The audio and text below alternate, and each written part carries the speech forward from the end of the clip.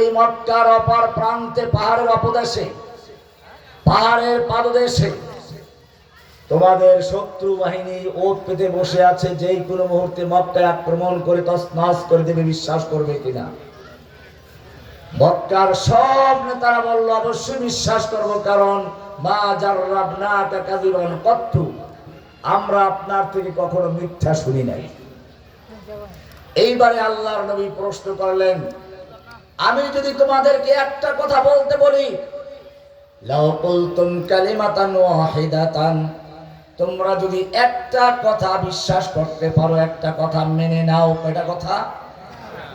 তামলিকুনা বিহাল আরব, ওই একটা কথা মানলে গোটা আরব দেশের তোমরা মালিক বনে যাবে।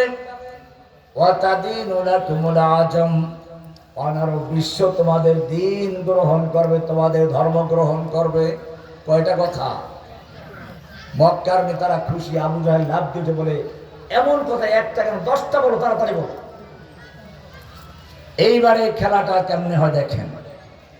আল্লাহর নবী এইবারে ঘোষণা করলেন, ইয়া আইয়ুহান নাস কুলু লা ইলাহা ইল্লাল্লাহ তাখলাউনা মা মিন দুনিল্লাহি ওয়া তাদউনা ইল্লা ইয়া, তোমরা এক আল্লাহর ইবাদত করবে, লা ইলাহা ইল্লাল্লাহ বলো। কি বলতে হবে? লা ইলাহা ইল্লাল্লাহ বলো। সে একটা বাক্য, আর কিছু না। একটা বাক্য হচ্ছে লা ইলাহা, তাহলেই তোমাদের সফলতা আসবে। বেশি কিছু বলেন না, বলেন শুধু একটা বাক্য বলো, লা ইলাহা। সঙ্গে সঙ্গে আবু লাহাব 2 হাত উঁচু করে আল্লাহর নবীকে মারতে উদ্যত হলো। আবু জাহেল লাফ দিয়ে উঠলো, ওতবা সাইবা নাচানাচি শুরু করলো, হইচই শুরু করে দিল। পুরা মসজিদটা লন্ড ভন্ড করে দিয়ে আল্লাহর নবীকে তাড়িয়ে দিল। একটা লোক নবীর পক্ষে কথা বলার নাই। এতক্ষণ পর্যন্ত যেই লোকটা এত জনপ্রিয় ছিল, এক মুহূর্তে সব তছনছ হয়ে গেল। নবীর পক্ষেও কেউ নাই। কি ছিল সেই বাক্যটা? লা ইলাহা। এটা ভালো করে বুঝতে হবে। লা ইলাহা ইল্লাল্লাহর 2টা অংশ। কয়টা অংশ? প্রথমে লা ইলাহা, প্রথম কি, পরে ইল্লাল্লাহ। লা ইলাহা মানে হচ্ছে লা মানে নেই, লা মানে কি, ইলাহ মানে কোনো মাবুদ, যার আনুগত্য করা যায়, যার হুকুম মানা যায়, যার কথা মতো চলা যায়।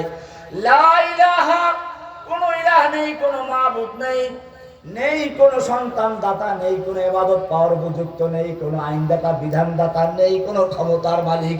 সব উৎখাত করে একমাত্র এক আল্লাহকে বসাচ্ছি। ইল্লাল্লাহ, শুধু কে আছেন? লা ইলাহা মানে খালি করা, ইল্লাল্লাহ মানে পূরণ করা।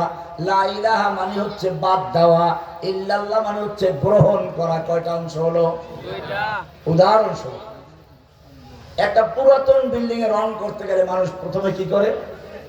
পুরাতন রংগুলো ঘষে মেজে ধুয়ে মুছে পরিষ্কার করে তারপরে নতুন রং করে, ঠিক কিনা? কেন? পুরাতন রঙের উপর রং করলে পুরাতনটাও যাবে, নতুনটাকে নিয়ে যাবে। এই কারণে প্রথমে মানুষের পুরাতন রংটাকে ঘষে মেজে ধুয়ে মুছে পরিষ্কার করে তারপরে নতুন রং করে। ঠিক তেমনি ভাবে লা ইলাহার মাধ্যমে অন্তরের ভিতরে যত গায়রুল্লাহ আছে, সব গায়রুল্লাহকে উৎখাত করে পরিষ্কার পরিচ্ছন্ন করে এরপরে শুধু একজনকে বসানো হয়। তিনি হচ্ছেন কে? আল্লাহ। কুল ইন্না সালাতি ওয়া নুসুকি ওয়া মাহইয়ায়া ওয়া মামাতি লিল্লাহি রাব্বিল আলামিন। বলো, আমার সালাত, আমার কুরবানি, আমার জীবন, আমার মরণ সব কার জন্য? আল্লাহ। আমার জীবনের ভালোবাসা কার জন্য? আল্লাহ। আমি আমার